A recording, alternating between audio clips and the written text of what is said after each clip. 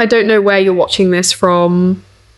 Maybe it's late where you are. Maybe you're just half scrolling and trying to shut your brain off for a minute. But I need you to stay with me for this. I almost didn't tell this story, mostly because even now, saying it out loud makes me feel like I'm talking about somebody else's life, like it happened in a movie, not to me. But if you've ever ignored your gut just to keep the peace, if you've ever looked at something that felt a little off and told yourself, no, don't be difficult, don't ruin a good thing, you'll probably understand exactly how I got here. And yeah, tell me where you're watching from. I'm always curious where these stories actually land. The night before my wedding, my grandmother came to me in a dream. Now, let me say this first because I know how that sounds. My grandma had been gone for 6 years. She wasn't some mystical woman. She didn't read cards, didn't talk about signs from the universe, none of that. She was practical to the point of being blunt. The kind of woman who kept coupons in a coffee tin and believed most problems could be solved by showing up early and paying attention. So when I dreamed about her, it wasn't hazy or magical. It felt weirdly ordinary. She was standing in her old kitchen, wearing that pale yellow cardigan she practically lived in, and she looked at me the same way she used to when I was a kid and about to make a dumb decision. She said very clearly, cancel your wedding. Then she said, wake up early. Go to his mother's house. Don't call first. Just go. You'll see everything. That was it. I woke up at 4:12 in the morning, bolt upright, heart pounding so hard it actually hurt. For a second, I just sat there in the dark, listening to the ceiling fan and the little hum of the hotel mini fridge. My phone was on the nightstand next to me. There were already a couple texts from my maid of honour about hair appointments and coffee orders and whether I wanted the blue pyjamas or the white ones for getting ready pictures. Normal wedding stuff, everything looked normal. And still, I couldn't shake it. The thing is, up until that moment, I had every reason to believe I was marrying a decent man, not a perfect one. I'm not going to sit here and tell you we had some fairy tale relationship. We argued about money sometimes. He hated how long I took to make a decision, and I hated how he would say it's fine when it absolutely was not fine. He left cabinet doors open. I stole fries off his plate even when I ordered my own. We were regular people. Bills, work stress, family drama, sore backs, half-watched TV shows, grocery lists on the fridge. But it felt stable. That's the word I always come back to. Stable. His name was Ryan, and for 3 years he had been the person I called when my car made a weird noise, when my boss got passive-aggressive, when my dad had that scare with his heart, and I was trying not to panic in the ER waiting room. He brought me coffee exactly how I liked it without asking. He remembered the stupid little things, like that I hate wet socks and love cold sheets and can't focus if the kitchen counters are messy. It wasn't fireworks. It was routine, and I trusted routine way more than chemistry. Everybody loved us together too. My friends said he evened me out.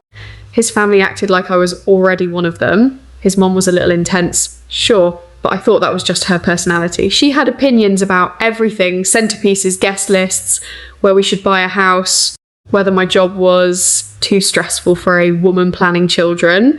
Stuff like that. I rolled my eyes. I vented to my sister. And then I moved on. Looking back, there were signs. Of course there were. There always are. Ryan had this habit of disappearing for chunks of time with these tidy little explanations that sounded reasonable enough in the moment. He was helping his mom with something, taking a call from work, dropping something off for a friend. Nothing dramatic. Nothing you could point at and say, there, that's the lie. His phone also became weirdly private about 4 months before the wedding. Not in an obvious way. He didn't snatch it out of my hand or sleep with it under his pillow like some cartoon cheater. It was more subtle than that.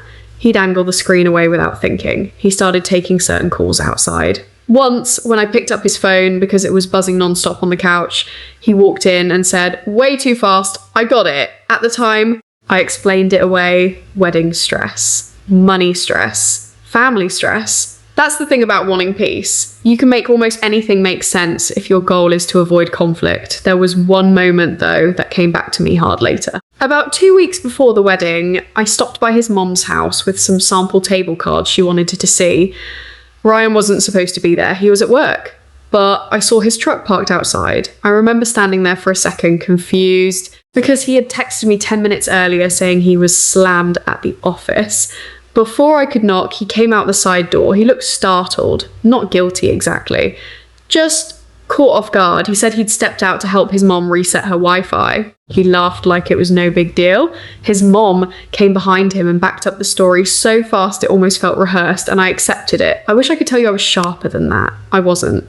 I was tired, overwhelmed, trying to finalise a seating chart and answer vendors and smile through everyone else's opinions about my own wedding.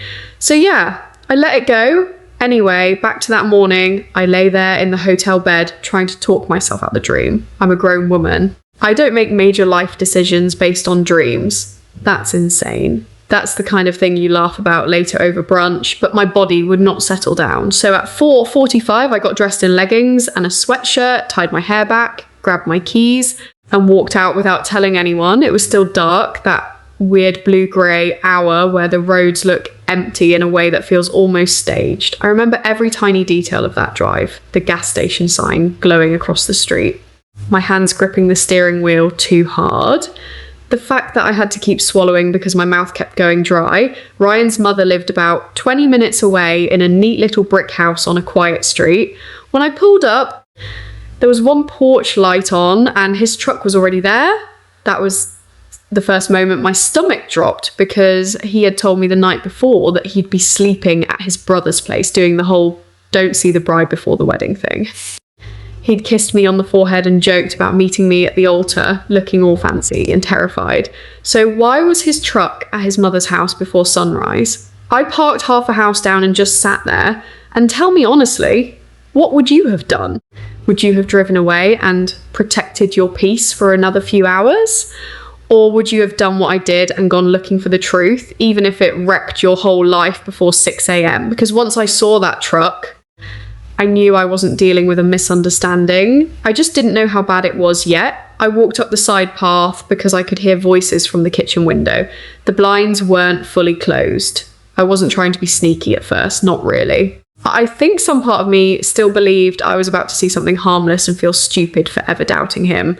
Then I looked inside and I froze. Ryan was standing in the kitchen in an old t-shirt and sweatpants like he belonged there, like this was normal. His mother was at the stove, and sitting at the table was a woman I had never seen before, maybe early 30s, exhausted looking, hair pulled up messy, holding a little girl in pink pajamas on her lap. The little girl couldn't have been older than 4, and she was reaching for Ryan, not in a shy way. Not like kids do with adults they barely know. She held her arms out and said, "Clear as day, Daddy, juice. I swear to you, everything in me went cold." Not hot, not angry. Cold. Ryan took the cup from the counter, poured apple juice, and crouched down to hand it to her like he had done it 100 times before. The woman at the table looked at him and said quietly but sharply, "You can't keep doing this. Not today." His mother muttered, "Keep your voice down." Then Ryan said something I will probably hear in the back of my mind for the rest of my life. He said, "I just need to get through the wedding. After that, everything gets easier." I didn't breathe. I didn't move. The woman looked wrecked, not jealous, not dramatic, just tired. She said, "Easier for who? Ryan?" And his mother, this woman who had hugged me, called me family, helped me pick napkin colours, said, "For Ava. That girl has insurance, savings, a house plan, 1 year.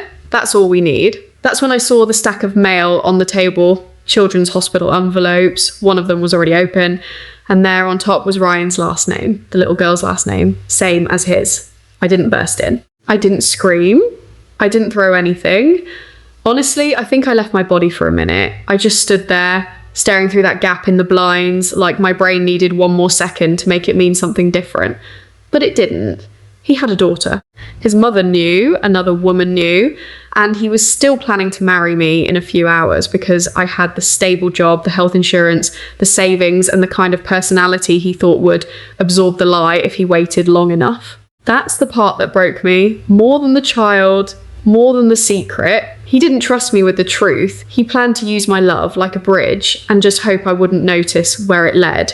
I backed away from that window so slowly it felt unreal. I got back in my car, locked the doors, and sat there shaking without making a sound. I didn't cry right away. I just stared at the dashboard and thought, okay, this is real. So what now? And that was the moment everything shifted for me. I stopped trying to understand him and I started protecting myself. If I had called him then, he would talked Ryan was a talker when he got cornered. Not loud, not aggressive, just persuasive. He'd explain, soften delay, make room for confusion. And I knew, sitting there in that car at dawn, that if I let him start talking before I had my footing, I'd lose the only advantage I had. So I got strategic. First thing, I took pictures of his truck outside the house and recorded a short video from my phone near the window. You couldn't see much, but you could hear enough. Daddy, Juice, his voice, his mother's. The line about after the wedding. Then I called my sister. Not my maid of honour, not my best friend.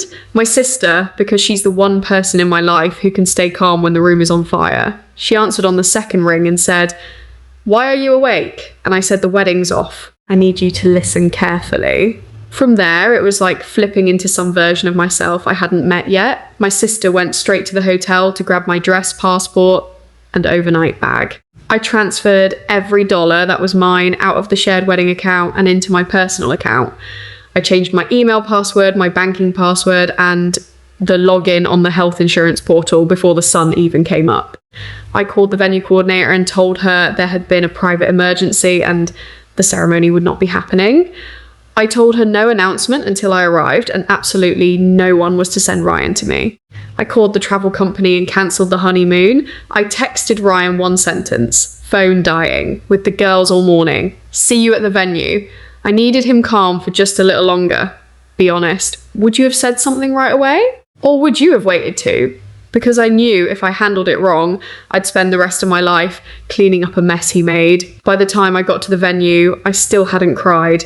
That part came later. At first, I was just clear. Ryan found me in a small side room off the lobby about an hour before the ceremony. He looked nervous, but not because he thought I knew.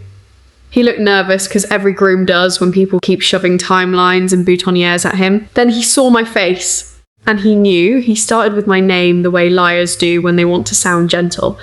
I held up my hand and said, "Don't, not yet." Then I put my phone on the table between us and played the audio.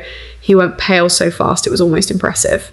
He kept saying, "I can explain." And I said, "I know you can. That's the problem." He tried anyway. Said the little girl was his daughter. Said he'd found out late. Said the child's mother was struggling. Said he wanted to tell me after the wedding when things were more settled. Said he didn't want to lose me, and maybe some of that was true, but truth delivered after a trap is not honesty. It's damage control. I asked him one question. Just one. "Were you ever going to give me the choice before legally tying me to this?" He didn't answer.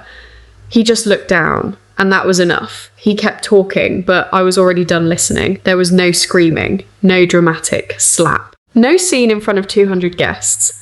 I told him the wedding was cancelled. I told him my sister would arrange collection of my things from the apartment. I told him if he contacted my employer, touched my accounts, or tried to spin some story about my mental state, I had enough proof to get very loud very fast. Then I walked out. A little later, I stood in front of our guests, my family, his family friends who had flown in, people holding wrapped gifts and wearing nice shoes, and I told them calmly that the ceremony would not be happening because I had learned something that made marriage impossible that day. I apologised. I thanked them for coming. And I left. That was it. No revenge, no public humiliation, just a hard stop. And for a while after that, I felt weirdly split in two. One half of me was proud, the other half was grieving a life I had already started living in my head. Because here's the part people don't always say out loud. You can absolutely make the right decision and still mourn it. I missed him sometimes. Not the liar, not the man at that window, but the version of him I thought I knew. The guy who brought me coffee. The guy in the ER waiting room. The routines. The safety. The future I had already mentally decorated. I missed what I believed was real. But missing something doesn't mean you were wrong to leave. That took me a while to learn. A few months later, after the dust settled, I found out even more. There were debts, more lies, more ways his mother had been helping him hide pieces of his life, depending on who was asking. None of it changed my decision, it just confirmed it. And weirdly enough, the thing that stays with me most isn't the betrayal. It's my grandmother, not because I think she floated down from heaven to save me in some movie moment. Maybe it was just my own intuition, borrowing her voice, because that was the one I trusted most. Maybe some part of me had already seen enough and my brain finally put it together while I slept. I don't know. What I do know is this. The truth usually reaches you before the evidence does, it taps you on the shoulder in tiny ways. A sentence that doesn't line up, a look that lingers too long, a story that changes around the edges. And if you keep shoving that feeling down because you don't want to be inconvenient, don't want to seem paranoid, don't want to ruin the vibe, sometimes you end up one step away from a life that was never really yours. I didn't lose him, I lost the version of my future that wasn't real. And once I understood that, I was okay. More than okay, actually.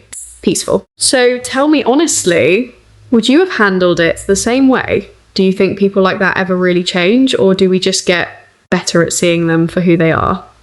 I read more comments than you'd think, so I'm genuinely curious what you'd say. And if this felt a little too familiar, you're not the only one.